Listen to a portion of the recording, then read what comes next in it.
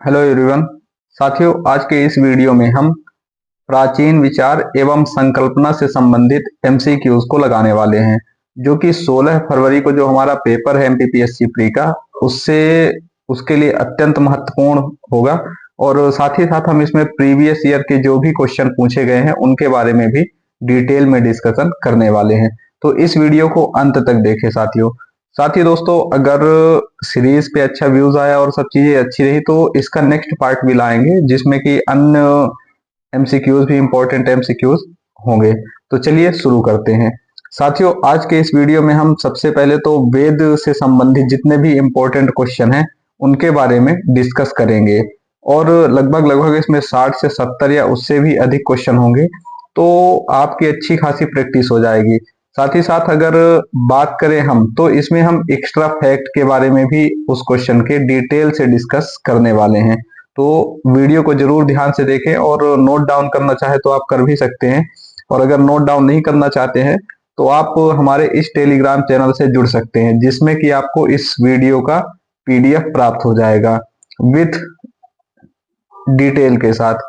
और अगर आप हमारे चैनल पे नए हैं तो इस चैनल को सब्सक्राइब कर ले, ताकि वीडियो की अपडेट आप तक पहुंचती रहे। तो चलिए साथियों, शुरू करते हैं अपने पहले क्वेश्चन की ओर। तो हमारा जो आज का पहला क्वेश्चन है, निम्नलिखित में से ऋग्वेद के बारे में कौन सा कथन असत्य है। तो पहला है, ऋग्वेद का पाठ होत्र या होता पुजारी के द्वारा किया जाता है। गायत्री मंत्र का उल्लेख तीसरे मंडल में किया गया है। और ऋग्वेद का उपवेद गंधर्व वेद है। तो साथियों, अगर बात करें तो प्रत्येक वेद को पढ़ने के लिए एक व्यक्ति होता था, तो ऐसे ही ऋग्वेद का जो पाठन करता था उसे होत्र, होता या कहीं कहीं होत्रा भी लिखा हुआ है। वहीं अगर बात करें साथियों गायत्री मंत्र, तो इसका उल्लेख तीसरे मंडल में किया गया है, जो किससे किससे संबंधित था, जो कि सावित्री देवी को संबोधित करने के लिए था। वहीं अगर बात करें ऋग्वेद का उपवेद के बारे में, तो ऋग्वेद का उपवेद गंधर्व वेद नहीं है। ऋग्वेद का जो उपवेद है साथियों वो आयुर्वेद है। तो इससे आप अंदाजा लगा सकते हैं कि ऑप्शन बी यानी केवल 3 वाला वर्ड असत्य है, क्योंकि असत्य वर्ड पूछा हुआ है। तो राइट आंसर इसका ऑप्शन बी यानी केवल 3 जो है वो असत्य है। अब चलते हैं नेक्स्ट क्वेश्चन की ओर। हमारा अगला क्वेश्चन है, इनमें से किन 3 वेदों को संयुक्त रूप से वेद त्रयी या त्रयी कहा जाता है। साथियों, जैसा कि हम जानते हैं कि टोटल 4 वेद दिए हुए हैं, जिनमें से एक वेद है ऋग्वेद, दूसरा है यजुर्वेद, तीसरा है सामवेद और चौथा है अथर्ववेद। इनमें से 3 वेद है जिनको वेद त्रयी कहा जाता है, क्योंकि हम जानते हैं कि चौथा वेद जो अथर्ववेद है इसकी रचना सबसे अंतिम में हुई है। तो 3 वेदों को यानी ऋग्वेद, यजुर्वेद और सामवेद, इन 3 वेदों को वेद त्रयी कहा जाता है। तो इस क्वेश्चन का राइट आंसर सी हो जाएगा, यानी ऋग्वेद, यजुर्वेद और सामवेद। साथियों, एसएससी 2017 और यूपी पीसीएस के 2010 के एग्जाम में भी ये क्वेश्चन पूछा जा चुका है। और बेसिकली जो भी क्वेश्चंस इंपॉर्टेंट होते हैं, अगर स्टेट पीसीएस ने पूछा है तो वो जरूर पूछे जाते हैं। और अपने एमपीपीएससी के एग्जाम में अक्सर जो कोई भी आयोग है, चाहे वो एमपीपीएससी के अलावा यूपीएससी हो या फिर Rajasthan PSC, Bihar PSC, Jharkhand PSC, इनसे जरूर क्वेश्चन वो स्टैटिक वाले पोर्शन से रिपीट करता है। साथ ही साथ दोस्तों, अगर हम इसके एक्स्ट्रा फैक्ट के बारे में बात करें तो इसमें एक प्रस्थान त्रयी वर्ड भी आ जाता है। जैसे वेद त्रयी में ऋग्वेद, यजुर्वेद और सामवेद आते हैं, वैसे ही प्रस्थान त्रयी में श्रीमद् भगवद गीता, ब्रह्मसूत्र और उपनिषद, इन तीनों को मिला करके, इन तीनों ग्रंथों को मिला करके प्रस्थान त्रयी बना हुआ है। हमारा अगला क्वेश्चन है, इनमें से किस वेद में कहा गया है कि सभा और समिति प्रजापति की 2 पुत्रियां हैं। तो साथियों, सभा और समिति का उल्लेख तो दोनों में किया गया है। एक तो ऋग्वेद में भी किया गया है। ऋग्वेद में 4 राजनीतिक संस्थाएं बताई गई हैं। कितनी? टोटल 4 राजनीतिक संस्थाएं बनाई गई थी, जिनमें से एक है सभा, दूसरी है समिति, तीसरी है विदत और चौथी है गण। तो चूंकि यहां पूछा गया कि सभा और समिति प्रजापति की 2 पुत्रियां हैं, तो साथियों यह अथर्ववेद में पूछा गया है। अथर्ववेद में कहा गया है कि सभा और समिति जो है वह प्रजापति की दो पुत्रियां हैं। तो इसका राइट आंसर जो हो जाएगा वो बी हो जाएगा। ये देखिए सेम क्वेश्चन रिपीट हुआ है साथियों। एमपीपीएससी 2024 में सभा और समिति को पृथक संस्था के रूप में घोषित कहाँ किया गया है? तो इसका राइट आंसर अथर्ववेद हो जाएगा। अब चलते हैं हम नेक्स्ट क्वेश्चन की ओर, और ये भी एमपीपीएससी के 2024 के एग्जाम में पूछा गया है। और यह क्वेश्चन यह है कि क्षत्रिय वर्णों के उपनयन संस्कार में किस मंत्र के संपादन का प्रावधान था? तो हम जानते हैं साथियों कि वैदिक काल में जो शिक्षा दी जाती थी, तो उस शिक्षा के समापन या फिर शिक्षा शुरुआत करने के समय पे किसी न किसी मंत्र के द्वारा शिक्षा की शुरुआत की जाती थी। तो वैदिक काल में जो उच्च शिक्षा जो थी वह शुरुआत करने के लिए बेसिकली जो शिक्षा प्रारंभ करने के लिए उपनयन संस्कार का शुरुआत किया जाता था, ठीक, और समापन करने के लिए समावर्तन संस्कार का। अब अगर कोई भी चूंकि हम जानते हैं कि 4 वर्ण थे टोटल, इनमें से 3 वर्णों को ही वैदिक काल में मुख्यतः शिक्षा के क्षेत्र में रखा गया था। और इन तीनों में से अगर हम बात करें ब्राह्मण की और क्षत्रिय और वैश्य की, तो साथियों इसमें पूछा क्षत्रिय वर्णों के उपनयन संस्कार में। तो जो क्षत्रिय वर्णों का उपनयन संस्कार था वो त्रिष्टुप मंत्र के द्वारा शुरू किया जाता था। तो राइट आंसर इसका डी हो जाएगा। वहीं अगर बात करें जगती मंत्र, तो जगती मंत्र का जो उपयोग किया जाता था वो किसके लिए किया जाता था? मुख्यतः वैश्य को शिक्षित करने के लिए जगती मंत्र का उपयोग किया जाता था। गायत्री मंत्र का उपयोग किया जाता था ब्राह्मणों को शिक्षित करने के लिए। तो इस तरह से आप याद रख सकते हैं, क्योंकि स्त्री और शूद्र की शिक्षा काफी जटिल थी, इसलिए उनका उल्लेख नहीं किया गया, उनके लिए किसी भी मंत्र का उल्लेख नहीं किया जाता था। तो ये आपको इंपॉर्टेंट फैक्ट नोट डाउन कर सकते हैं। अब चलते हैं नेक्स्ट क्वेश्चन की ओर। तो हमारा अगला क्वेश्चन है साथियों कि निम्नलिखित में से किस वेद में सबसे प्राचीन युग की वैदिक संस्कृति के बारे में जानकारी दी गई है? तो साथियों ऋग्वेद सबसे प्राचीन वेद है और इसी में प्राचीन वैदिक संस्कृति के बारे में उल्लेख किया गया है। तो इसका राइट आंसर ऑप्शन ए हो जाएगा। अब चलते हैं नेक्स्ट क्वेश्चन की ओर साथियों। हमारा अगला क्वेश्चन है ऋग्वेद कितने सूक्तों का संग्रह है? तो जैसा कि हम जानते हैं कि ऋग्वेद में टोटल मंडल कितने थे? 10 मंडल थे। सूक्त कितने थे? 1028। तो इसमें सूक्तों के बारे में बात की गई है, तो 1028 यानी इसका ऑप्शन सी राइट आंसर हो जाएगा। वहीं अगर बात किया जाए कि इसमें मंत्र कितने थे, तो साथियों इसमें मंत्र जो थे 10,552 मंत्र थे। और अगर ये पूछता है कि मूल ऋग्वेद का संकलन हुआ था उस समय पे इसमें जो मंत्रों की संख्या थी वो 10,462 थी मूलतः, यानी जब बना हुआ था ऋग्वेद उस समय पे ऋग्वेद का जब संकलन किया गया था उस समय पे 10,462 मंत्र इसमें थे। हम जानते हैं कि ऋग्वेद सबसे प्राचीन वेद है और ऋग्वेद में ही तीसरा मंडल है। ऋग्वेद में ही तीसरा मंडल, 10 मंडलों में से एक मंडल तीसरा है जिसमें कि गायत्री मंत्र का उल्लेख किया गया है। इसके पहले भी हमने इसके बारे में डिस्कशन कर लिया है। तो चलिए चलते हैं अब अगले क्वेश्चन की ओर। साथियों इसका डिटेल्ड में भी एक्सप्लेनेशन किया हुआ है, तो आप बाद में जब पीडीएफ मिल जाएगी तो इसे रीड कर सकते हैं। अब चलते हैं नेक्स्ट क्वेश्चन की ओर। ऋग्वेद को कितने पुस्तकों या मंडलों में विभाजित किया जा सकता है? तो ऋग्वेद को टोटल 10 मंडलों में विभाजित किया गया है, जिसमें से अगर बात करें तो दूसरे से सातवें मंडल को ऋषि मंडल भी कहा जाता है, या फिर परिवार मंडल, या फिर गोत्र मंडल भी इन्हें कहा जाता है। वहीं अगर बात करें तो सबसे पुराना मंडल तो 7वां मंडल है। सबसे प्राचीन, सॉरी साथियों, सबसे नया मंडल जो है वो कौन सा है?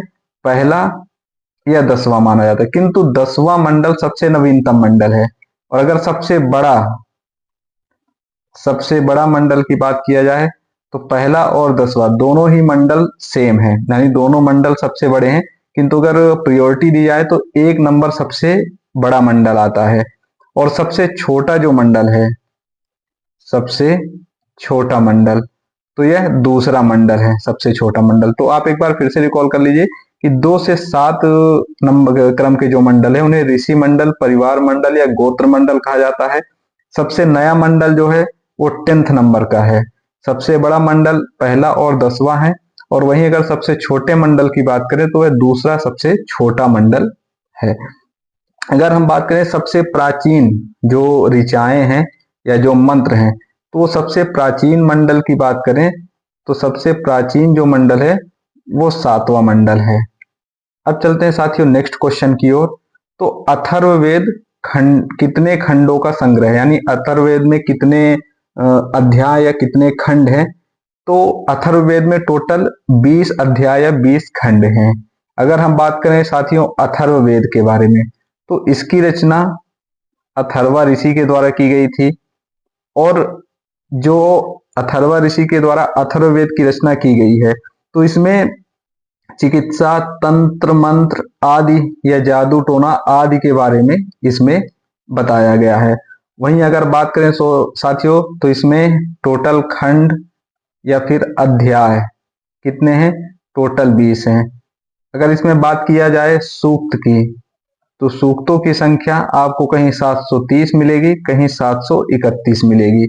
वहीं अगर बात किया जाए इसमें मंत्रों की, तो इसमें टोटल मंत्र 5987 हैं, जिसमें से लगभग 1200 मंत्र जो हैं वो किससे लिए गए हैं? वो ऋग्वेद से लिए गए हैं। तो इसका राइट आंसर हो जाएगा, क्योंकि इसमें खंड के बारे में या फिर अध्याय के बारे में पूछा गया है, तो टोटल 20 खंड या 20 अध्याय अथर्ववेद में शामिल हैं। ये डिटेल में इसका एक्सप्लेनेशन है, तो आप यहाँ से पढ़ सकते हैं इसको, जो कि पीडीएफ के थ्रू आपको बाद में मिल जाएगा। अब चलते हैं नेक्स्ट क्वेश्चन की ओर। ये भी क्वेश्चन एमपीपीएससी 2024 में पूछा गया है। तो इसमें पूछा गया है कि निम्नलिखित में से कौन से वेद सबसे प्राचीन ग्रंथ हैं, और या फिर वैदिक सभ्यता के सबसे प्राचीन ग्रंथ कौन से हैं? तो ऋग्वेद जो है ये सबसे प्राचीन ग्रंथ है। जो वैदिक सभ्यता में सबसे प्राचीन ग्रंथ माना जाता है वो ऋग्वेद है। तो इसका राइट आंसर सी हो जाएगा। अब चलते हैं नेक्स्ट क्वेश्चन में। तो हमारा अगला क्वेश्चन है, निम्नलिखित में से किस वैदिक साहित्य में वर्ण प्रणाली की पर चर्चा हुई, या वर्ण व्यवस्था की जो विचार किया गया है, तो वर्ण व्यवस्था का किस वैदिक साहित्य में किया गया है? तो वर्ण व्यवस्था की जो बात की गई है वो ऋग्वेद में की गई है। और ऋग्वेद के 10वें मंडल में वर्ण व्यवस्था की चर्चा की गई है। अब कितने वर्ण होते हैं? तो इसके अनुसार ऋग्वेद के 10वें मंडल के अनुसार 4 टोटल वर्ण होते हैं, जिसमें पहला ब्राह्मण, दूसरा क्षत्रिय, तीसरा वैश्य और चौथा शूद्र। ये 4 वर्ण टोटल बताए गए हैं। साथियों अगर हम बात करें 10वें मंडल के बारे में, ये सबसे नवीनतम मंडल है ऋग्वेद का। अब चलते हैं नेक्स्ट क्वेश्चन की ओर। हमारा अगला क्वेश्चन है, निम्नलिखित कथनों में से कौन सा कथन आरण्यक के संदर्भ में सही है? यानी आपको मार्क डाउन करना है कि सही के बारे में पूछा, यानी हमें सही बताना है। तो वानप्रस्थाश्रम में संसार त्याग के उपरांत अरण्य में अध्ययन होने के कारण इन्हें आरण्यक कहा गया है। यानी कहने का मतलब यह है कि जब भी कोई साधु संत या ऋषि मुनि संसार त्याग करके अरण्य, या जिसे अरण्य का अर्थ होता है वन में जाकर के अध्ययन करने के कारण ही इन्हें आरण्यक कहा गया।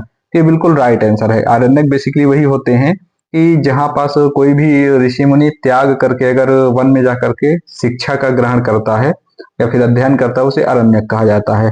अरण्यकों में ऐतरेय आरण्यक, संख्यायत आरण्यक, बृहदारण्यक, मैत्रायणी, उपनिषद आरण्यक, तवलकार आरण्यक मुख्य है। ये भी राइट आंसर हो जाएगा। तो इसका both A and B, option number C right answer हो जाएगा। अब चलते हैं हमारे नेक्स्ट क्वेश्चन की ओर। हमारा अगला क्वेश्चन है, निम्नलिखित कथनों में से कौन सा विकल्प सही है। यहां भी साथियों सही की बात की गई है। तो वेदांग हिंदू धर्म ग्रंथ है। तो साथियों वेदांग जो है वेदों को समझने के लिए बनाया गया था और बेसिकली सबसे लास्ट में किया गया था। और टोटल 6 वेदांग है, शिक्षा, कल्प, व्याकरण, ज्योतिष, छंद और निरुक्त। जिनमें से शिक्षा की अगर बात करें तो इसमें उच्चारण या मंत्रों के उच्चारण से संबंधित है, तो ये भी राइट आंसर है। कल्प वेदों को किस मंत्र का प्रयोग कब करना चाहिए, यानी तंत्र, ये एक तरह से विधि विधान से संबंधित है, तो ये भी राइट आंसर है। अर्थात इसका हम ये कह सकते हैं, और इसकी 3 शाखाएं हैं, कल्प की 3 शाखाएं हैं, क्योंकि स्रोत सूत्र, गृह सूत्र और धर्म सूत्र। तो इसका भी राइट आंसर ऑप्शन डी हो जाएगा, यानी सभी कथन, ऊपर के तीनों कथन सही हैं, तो इसका राइट आंसर डी हो जाएगा। अब चलते हैं नेक्स्ट क्वेश्चन में। निम्नलिखित में से कौन सही जोड़ी नहीं है। साथियों बिल्कुल याद रखना है, सही जोड़ी नहीं है वही आपको मार्क करना है। अब हम जानते हैं कि प्रत्येक जो भी वेद हैं, प्रत्येक जो भी वेद हैं, इनके क्या है, प्रत्येक वेद का ब्राह्मण ग्रंथ है, प्रत्येक वेद का आरण्यक है, प्रत्येक वेद का उपनिषद है और प्रत्येक वेद का एक उपवेद है। तो यहाँ बेसिकली ब्राह्मण के बारे में डिस्कस किया गया, जो ब्राह्मण ग्रंथ है उसके बारे में। तो इसमें बोला गया कि यजुर्वेद का जो ब्राह्मण ग्रंथ है वह ऐतरेय ब्राह्मण है, सामवेद का जैमिनीय तालवकार ब्राह्मण है, यजुर्वेद का तैतरीय शतपथ ब्राह्मण है, गोपद का अथर्ववेद ये है। तो साथियों यहाँ आप एलिमिनेट भी एक तरह से कर सकते हैं कि यजुर्वेद 2 बार पूछा गया है। और अगर हम बात करें इसके डिटेल डिस्कशन के बारे में, तो जो ऋग्वेद है, ऋग्वेद, इसके ब्राह्मण ग्रंथ कौन से हैं, ऐतरेय ब्राह्मण ग्रंथ प्लस कौशितकी, 2 ब्राह्मण ग्रंथ इसके हैं। इसके बाद अगर हम यजुर्वेद की बात करें, यजुर्वेद की बात करें तो यजुर्वेद का जो ब्राह्मण ग्रंथ है वो शतपथ प्लस तैतरीय, ये 2 ब्राह्मण ग्रंथ हैं यजुर्वेद के। इसके बाद अगर हम अथर्ववेद की बात करें, अथर्ववेद की, तो अथर्ववेद का केवल एक ब्राह्मण ग्रंथ है, वो है गोपद। वहीं अगर हम सामवेद की बात करें, सामवेद की, तो सामवेद का पंचविश, जिसे तांडव ब्राह्मण ग्रंथ भी कहा जाता है, षड्विश और एक होता है जैमिनीय। तो अब यहां से आप अंदाजा लगा सकते हो कि जो ऐतरेय ब्राह्मण है, जो ऐतरेय ब्राह्मण है वो बेसिकली ऋग्वेद का है, यजुर्वेद का नहीं है। तो ये ऋग्वेद का है, यानी ऑप्शन ए इसका गलत है। यानी हमारा ऑप्शन कौन सा करेक्ट होगा, ऑप्शन ए सही होगा, क्योंकि ये सही नहीं है पूछा कि कौन सा ऑप्शन गलत है। अब चलते हैं नेक्स्ट क्वेश्चन के बारे में। तो निम्नलिखित में से कौन से मंडल को पारिवारिक मंडल कहा जाता है। साथियों अभी थोड़ी देर पहले ही हमने बात की थी कि जो ऋग्वेद है, ऋग्वेद में टोटल 10 मंडल हैं, इनमें से 2 से 7वां जो मंडल है, 2 से 7वां मंडल है, इन्हें पारिवारिक मंडल या ऋषि मंडल के नाम से जाना जाता है। सबसे नवीनतम मंडल कौन सा है, 10वां मंडल जो है वो सबसे नवीनतम मंडल है। और अगर वहीं सबसे प्राचीन मंडलों की बात किया जाए, प्राचीनतम मंडल कौन सा है, वो है 7वां। तो ये आपको याद रखना है साथियों, ताकि आगे जो भी क्वेश्चन आए उनको आप आसानी से हैंडल कर सको। हमारा नेक्स्ट क्वेश्चन है, ऋग्वेद गायत्री मंत्र ऋग्वेद के किस मंडल में वर्णित है। तो गायत्री मंत्र का उल्लेख जो ऋग्वेद के 3रे मंडल में किया गया है। और बेसिकली जो गायत्री मंत्र है, गायत्री मंत्र है, ये सावित्री देवी को समर्पित है। वहीं अगर तीसरे मंडल की बात किया जाए, तीसरे मंडल की बात की जाए, तो तीसरे मंडल में नदी संवाद के बारे में भी उल्लेख किया गया है, यानी नदी संवाद के बारे में भी उल्लेख किया गया है। और इस तीसरे मंडल के जो रचयिता हैं, जो तीसरे मंडल के रचयिता हैं वो ऋषि विश्वामित्र जी हैं, ऋषि विश्वामित्र हैं। और इन्होंने नदी संवाद की बात की। और नदी कौन कौन सी? विपाशा और सुतदी, इन दोनों नदियों के संवाद के बारे में तीसरे मंडल में उल्लेख किया गया है। इंपॉर्टेंट क्वेश्चन है साथियों, बन सकता है कि गायत्री मंत्र का उल्लेख किस वेद में किया गया है, या गायत्री मंत्र ऋग्वेद के किस मंडल में वर्णित है। तो हमने बता दिया कि बेसिकली ये ऋग्वेद के तीसरे मंडल में उल्लेख है, जिसके रचयिता विश्वामित्र जी है, और गायत्री मंत्र जो है वो सावित्री देवी जी को समर्पित है। अब चलते हैं नेक्स्ट क्वेश्चन की ओर। ऋग्वेद का कौन सा मंडल सोम देवता से संबंधित है? तो साथियों ऋग्वेद का जो 9वां मंडल है, ऋग्वेद का कौन सा मंडल? 9वां मंडल है। इस किससे संबंधित है? सोम देवता से संबंधित है, सोम देवता से संबंधित है। वहीं अगर इसमें बात किया जाए तो 114 टोटल सूक्त हैं जो कि सोम देवता को समर्पित हैं, सोम देवता को समर्पित हैं। इसमें चूंकि इसके जो कवि थे वो अंगिरस कवि थे, अंगिरा कवि थे। इन्होंने एक बात कही है कि मैं एक कवि हूं और मेरे पिताजी एक वैद्य हैं और मेरी माता जो है वो एक तरह से गृहिणी है, हाउस वाइफ है। तो ये वर्ड भी पूछा जा सकता है कि ये स्टेटमेंट कहाँ से है। ये चीजें डिटेल में लिखी गई हैं कि ऋग्वेद के 9वें मंडल में उल्लेख मिलता है कि मैं एक कवि हूँ, मेरे पिता वैद्य हैं और मेरी माता चक्की चलाने वाली है। किसने कहा है? अंगिरस ने कहा है। तो ऐसा कहा जा सकता है कि इससे भी एक पता चलता है कि वर्ण व्यवस्था यहाँ पास चल रही थी, यानी हर व्यक्ति अलग अलग कार्यों में लगा हुआ था। सोम देवता को 9वां मंडल समर्पित है और टोटल 114 सूक्त हैं जो कि सोम देवता को समर्पित हैं। हमारा अगला क्वेश्चन है, यह भी एमपीपीएससी 2024 में पूछा गया क्वेश्चन था कि नर्मदा नदी का साहित्यिक संदर्भ सर्वप्रथम कहाँ मिलता है। ये आपके लिए होमवर्क है साथियों, इसका आंसर आप कमेंट बॉक्स में बताएंगे। अब चलते हैं हम नेक्स्ट क्वेश्चन की ओर। हमारा अगला क्वेश्चन है, शूद्र का उल्लेख सबसे पहले निम्नलिखित में से किस वेद में किया गया था? यानी जो शूद्र वर्ण था इसका उल्लेख किस वेद में किया गया था? तो साथियों अगर हम बात करें तो हमने अभी बात किया था कि 10वां मंडल जो है ऋग्वेद का, कौन सा? 10वां मंडल, ये वर्ण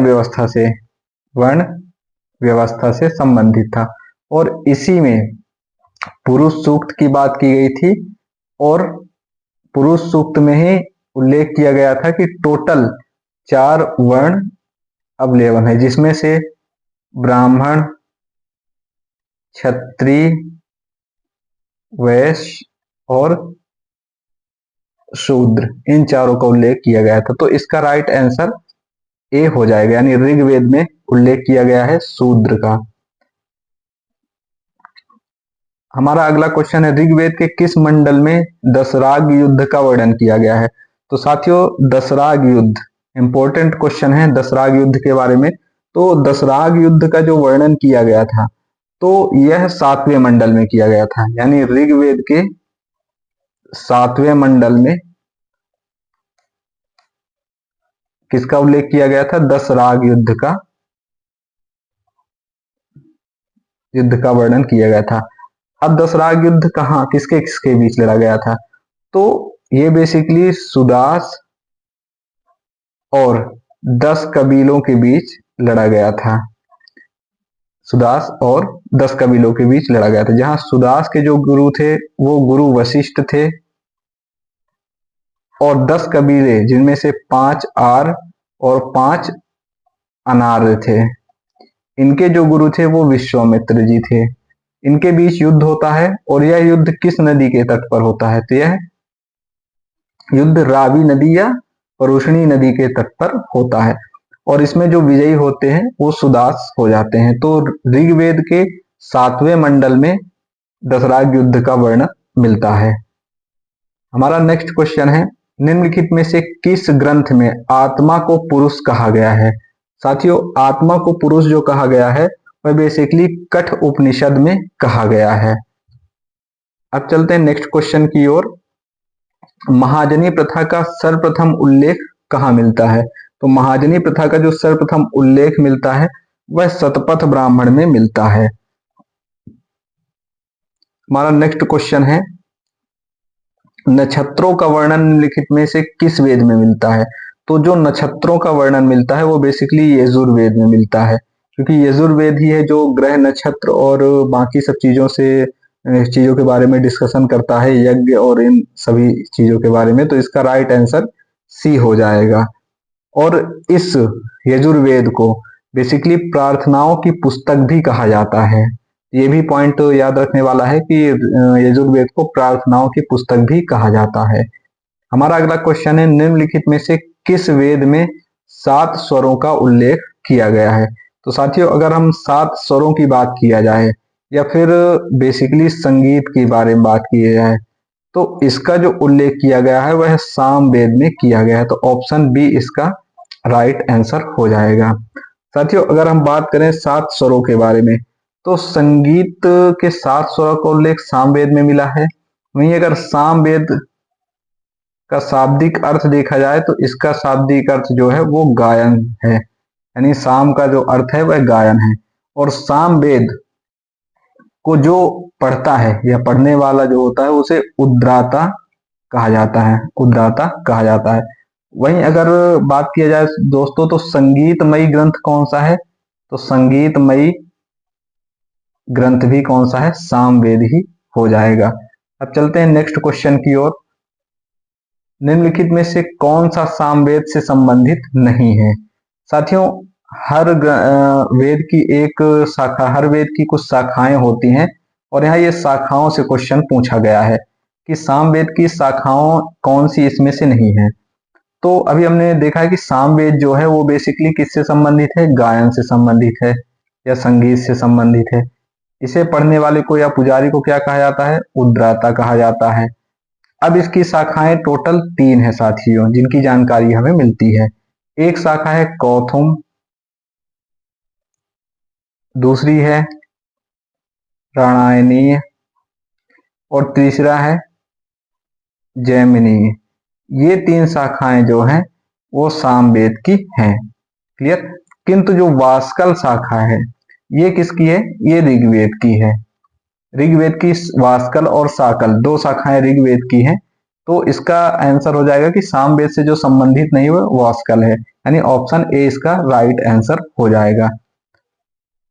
हमारा नेक्स्ट क्वेश्चन है, सामवेद में मंत्रों का पाठ करने वाले पुजारी का नाम क्या है?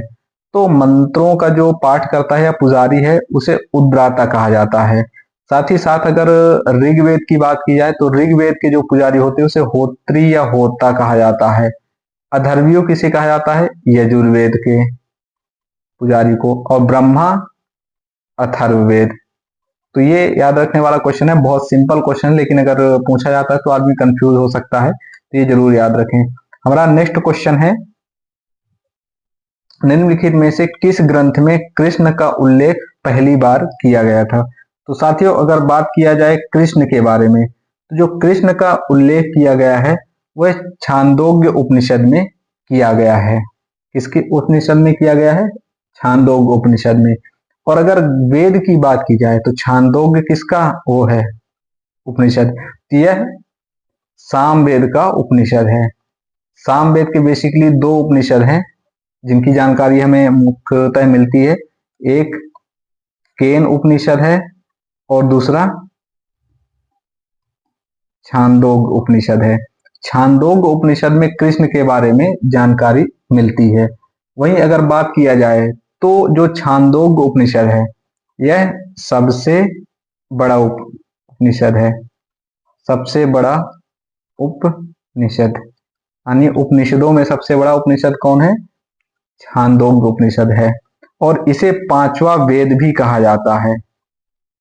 5वां वेद, यानी छांदोग्य उपनिषद को 5वां वेद भी कहा जाता है। और 3 आश्रम, जो 3 आश्रम होते हैं उनका भी उल्लेख इसी छांदोग्य उपनिषद में किया गया है।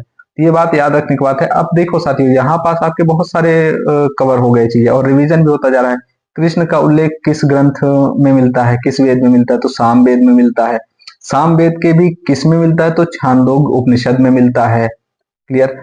अब जो छांदोग्य उपनिषद है इसके बारे में बात करते हैं कि सबसे बड़ा उपनिषद कौन सा है, छांदोग्य उपनिषद है, और पांचवा वेद की संज्ञा भी इसे दी जाती है। और इसमें जो 3 आश्रम हैं, गृहस्थ, वानप्रस्थ और, तो इन तीनों के बारे में भी डिटेल इसमें जानकारी मिलती है।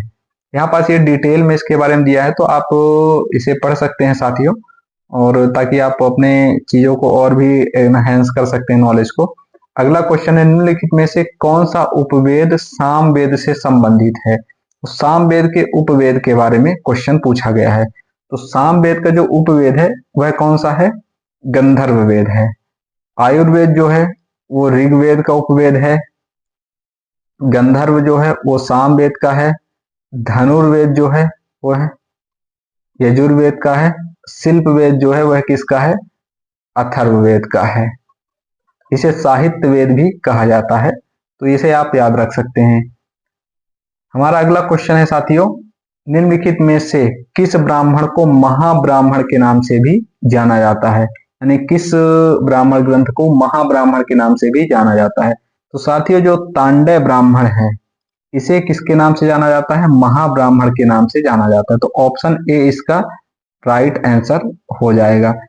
अब बात करें अगर महाब्राह्मण या तांडव ब्राह्मण, तो ये भी जो है वो सामवेद का ब्राह्मण ग्रंथ है। हमने पहले भी पढ़ा था सामवेद का ब्राह्मण ग्रंथ है। तो सामवेद के जो ब्राह्मण ग्रंथ है टोटल 3 हैं।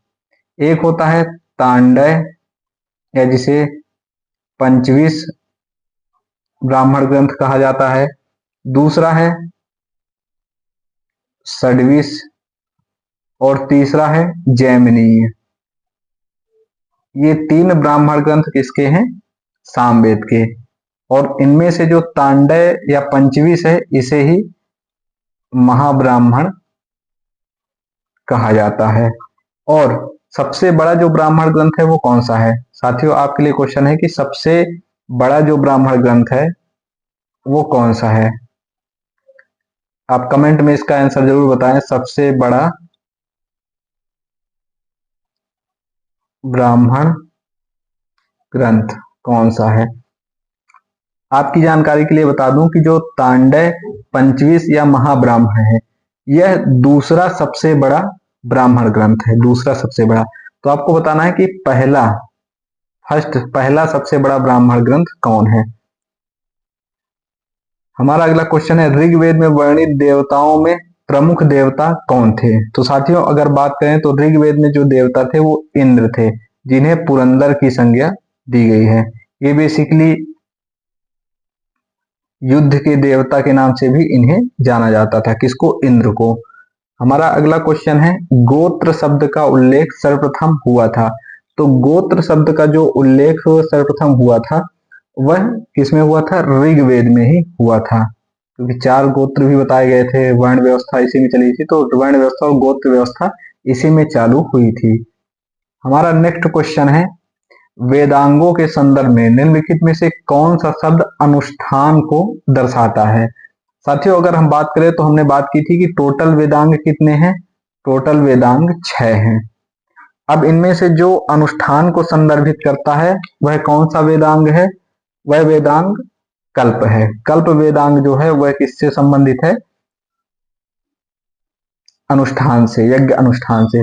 व्याकरण वेदांग जो है यह किससे संबंधित है, व्याकरण जो संधि, समास, प्रत्यय, इनके नियमों से। हमारा अगला क्वेश्चन है, आर्य शब्द इनमें से किसे इंगित करता है।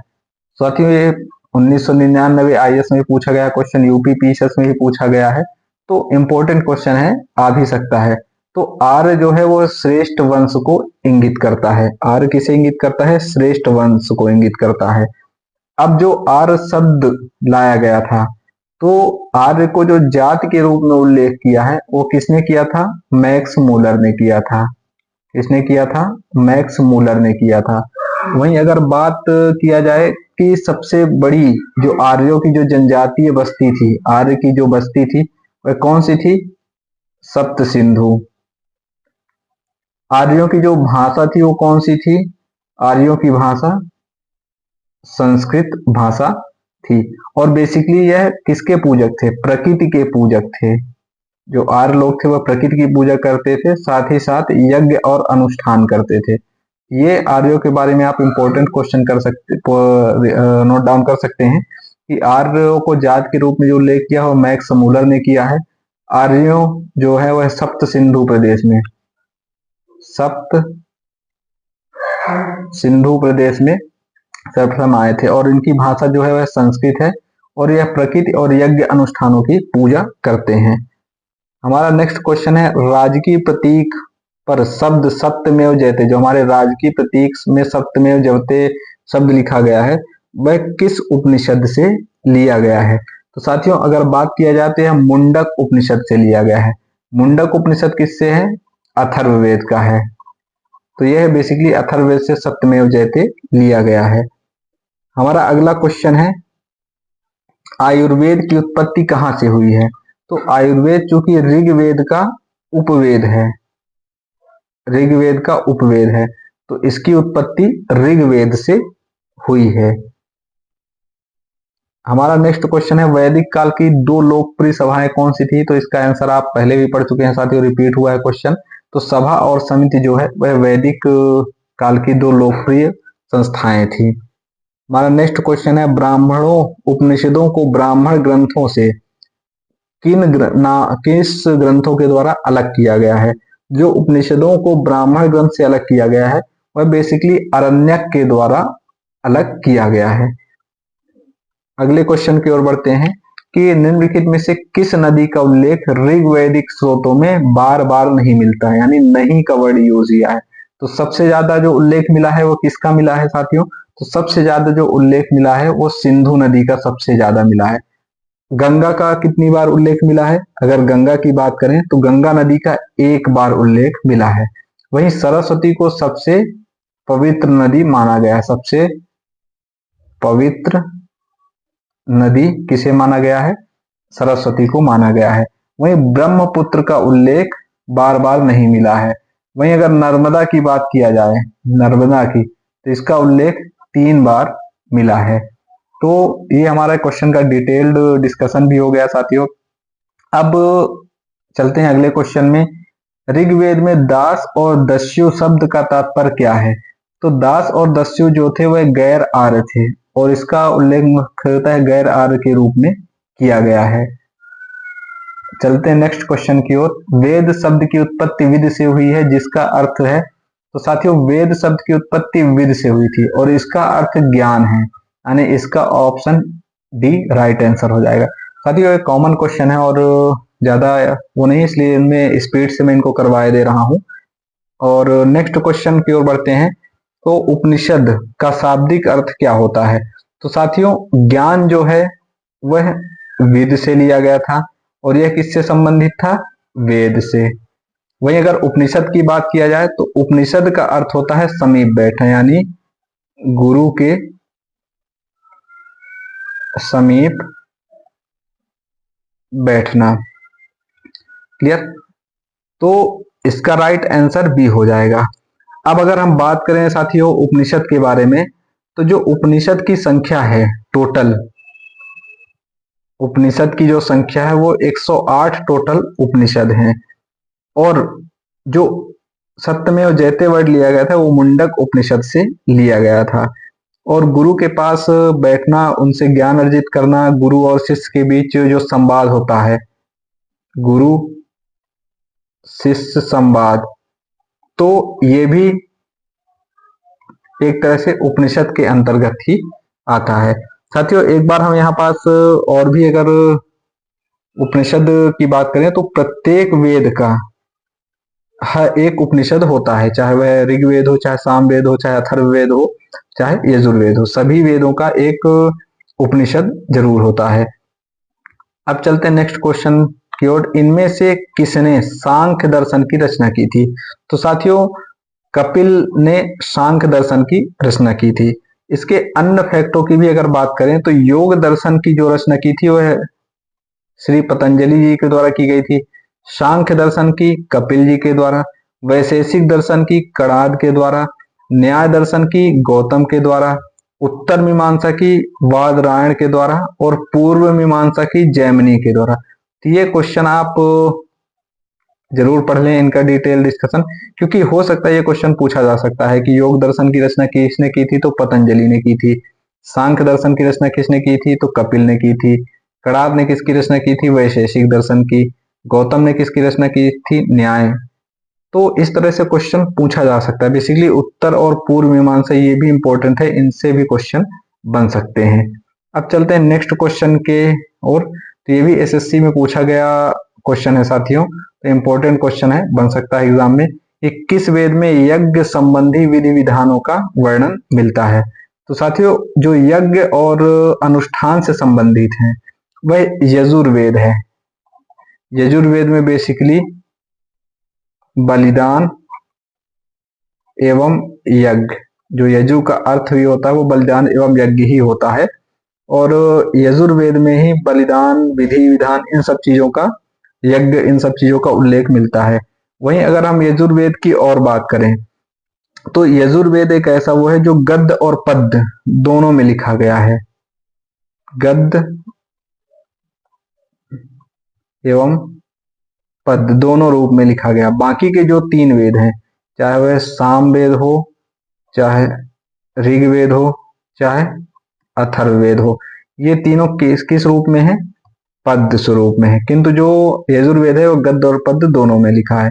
यजुर्वेद को पढ़ने वाले व्यक्ति या पुजारी को क्या कहा जाता है, अधर्वियों कहा जाता है। और इसके जो ब्राह्मण ग्रंथ हैं वो कौन कौन से हैं, शतपथ ब्राह्मण और तैत्तिरीय। कौन कौन से, शतपथ और तैत्तिरीय, ये इसके क्या हो गए, ब्राह्मण ग्रंथ हो गए। तो साथियों एक तरह से रिवीजन भी आपका होता जा रहा है और क्वेश्चन भी आप अच्छे तरीके से करते जा रहे हैं। और इम्पोर्टेंट क्वेश्चन है साथियों जिनको मैं लेके आया हूं, तो वीडियो को जरूर अच्छे से देखें और चाहे तो आप कमेंट बॉक्स में आंसर भी इनका दे सकते हैं। अब चलते हैं अगले क्वेश्चन की ओर। तो ऋग्वेद में किस नदी को माते तमा, देवी तमा और नदी तमा कहा गया है। तो ऋग्वेद की जो सबसे पवित्र नदी सरस्वती थी, इसी को माते तमा, देवी तमा और नदी तमा कहा गया है। अब चलते हैं नेक्स्ट क्वेश्चन की ओर। राज्याभिषेक समारोह का उल्लेख इनमें से किसमें किया गया है। ये भी एसएससी 2017 का क्वेश्चन है साथियों। तो जो राज्याभिषेक समारोह है तो इसका उल्लेख जो किया गया है वह ऐतरेय ब्राह्मण में किया गया है। ऐतरेय ब्राह्मण किससे संबंधित है, तो यह बेसिकली ऋग्वेद से संबंधित है। ऋग्वेद का ब्राह्मण ग्रंथ ऐतरेय और कौशितकी दो हैं। कौन कौन से, ऐतरेय और कौशितकी, ये दोनों जो हैं ऋग्वेद के क्या हैं, ब्राह्मण ग्रंथ हैं। अब चलते हैं नेक्स्ट क्वेश्चन की ओर। तो हमारा नेक्स्ट क्वेश्चन है, ऋग्वेद में यव शब्द का प्रयोग किसके लिए किया गया है। तो जो यव शब्द है तो ऋग्वेद में किसके लिए प्रयोग किया गया है, बेसिकली जौ के लिए प्रयोग किया गया है। और इसका जो प्रयोग किया गया है वो मुख्यतः कौन से मंडल में किया गया है, 4th मंडल में किया गया है। क्लियर। नेक्स्ट क्वेश्चन है, इनमें से वैदिक साहित्य का सही क्रम क्या है, यानी वैदिक साहित्य। अब आपको सबसे पहले याद रखना है कि वैदिक साहित्य में आता क्या क्या है। तो वैदिक साहित्य में मुख्यतः, या वैदिक लिटरेचर जिसको बोलते हैं, तो वैदिक साहित्य में एक तो आ जाता है हमारा क्या, वैदिक संहिताएं, वैदिक संहिता, दूसरा उपनिषद, तीसरा आरण्यक और चौथा ब्राह्मण। अब इनको आपको सही क्रम में जमाना है। तो वैदिक साहित्य यानी कोई भी ग्रंथ होगा, चाहे वह ऋग्वेद हो, चाहे यजुर्वेद हो, चाहे सामवेद हो, चाहे अथर्ववेद हो, इन सभी वैदिक साहित्यों के एक वो होंगे, वैदिक साहित्य के इन सभी वेदों के वैदिक साहित्य होंगे। तो वैदिक संहिता, उपनिषद, आरण्यक, ब्राह्मण। अब इनको सही क्रम में जमाना है। तो सबसे पहले जो आता है तो वैदिक साहित्य आता है, यानी 1 नंबर में ये हो जाएगा। इसके बाद ब्राह्मण ग्रंथ आते हैं। इसके बाद इन्हीं ब्राह्मण ग्रंथों के बाद आरण्यक का निर्माण होता है और सबसे लास्ट में उपनिषद का। तो 1 में क्या आ जाएगा, वैदिक संहिता, ये दूसरा ब्राह्मण, आरण्यक, उपनिषद। तो इसका ऑप्शन बी सही आंसर हो जाएगा। तो ऐसा भी क्वेश्चन आ सकता है सही क्रम में जमाने के लिए, एमपीपीएससी पूछा भी है साथियों, इस फॉर्मेट में नहीं पूछा लेकिन अन्य क्रमों में पूछा है ऐसा क्वेश्चन। अब चलते हैं नेक्स्ट क्वेश्चन की ओर। तो ये भी यूपी पीसीएस में पूछा गया क्वेश्चन है, इंपॉर्टेंट क्वेश्चन है, बन सकता है एग्जाम में। ऋग्वेद में किसके लिए अघन्य वध योग्य नहीं शब्द का प्रयोग किया गया है? तो ये बेसिकली गाय के लिए प्रयोग किया गया है अघन्य शब्द। हमारा नेक्स्ट क्वेश्चन है, ऋग्वेद, यजुर्वेद, सामवेद, अथर्ववेद को सम्मिलित रूप से क्या कहा जाता है? तो साथियों अगर ऋग्वेद, यजुर्वेद और सामवेद, अथर्ववेद को पूछा जाए कि क्या कहा जाता है, तो इन्हें क्या कहा जाता है? वैदिक संहिता कहा जाता है। क्या कहा जाता है? वैदिक संहिता कहा जाता है। वहीं अगर वैदिक साहित्य की अभी हमने बात की थी, वैदिक साहित्य की अभी हमने बात की थी, तो वैदिक साहित्य के अंतर्गत क्या क्या आ जाता है? वेद आ जाता है, ब्राह्मण आ जाते हैं, ब्राह्मण ग्रंथ, आरण्यक और उपनिषद, ये आपके क्या आ जाते हैं? वैदिक साहित्य। वेद त्रयी किन्हें कहा जाता है? ऋग्वेद, यजुर्वेद, सामवेद, इन तीनों को वेद त्रयी कहा जाता है, वेद त्रयी कहा जाता है। तो इस तरह से आप रिकॉल भी कर सकते हैं साथियों अपने क्वेश्चंस को। अब हमारा नेक्स्ट क्वेश्चन है, किस वेद में राजसूय और वाजपेयी यज्ञ का वर्णन मिलता है? तो साथियों अगर बात किया जाए राजसूय और वाजपेयी यज्ञ का, तो इसका वर्णन अथर्ववेद में मिलता है। हमारा नेक्स्ट क्वेश्चन है, निम्नलिखित में से किस वेद में मगध राज्य का उल्लेख पहली बार किया गया था?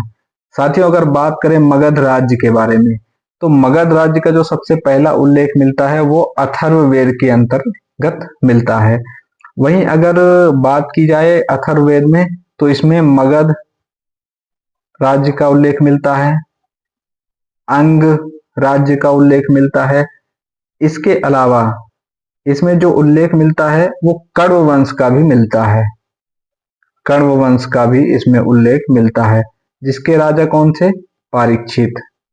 जिसके राजा कौन से थे? परीक्षित। परीक्षित का उल्लेख मिलता है अथर्ववेद में। इससे हम अंदाजा लगा सकते हैं कि कण्व वंश का भी इसमें उल्लेख मिलता है। अथर्ववेद की जो रचना की गई थी, यह अथर्वा ऋषि के द्वारा की गई थी, इसलिए इसे अथर्ववेद भी कहा जाता है। हमने बात किया था कि इसमें टोटल 20 अध्याय हैं, 730 या 731 सूक्त हैं। वहीं अगर मंत्रों की बात की जाए तो 5987 मंत्र हैं, जिसमें से 1200 ऋग्वेद से लिए गए हैं। और धातु के रूप में अगर बात किया जाए तो चांदी का उल्लेख सबसे पहले अथर्ववेद में ही मिलता है। तो ये आप इंपॉर्टेंट फैक्ट है, इनको याद रख सकते हैं।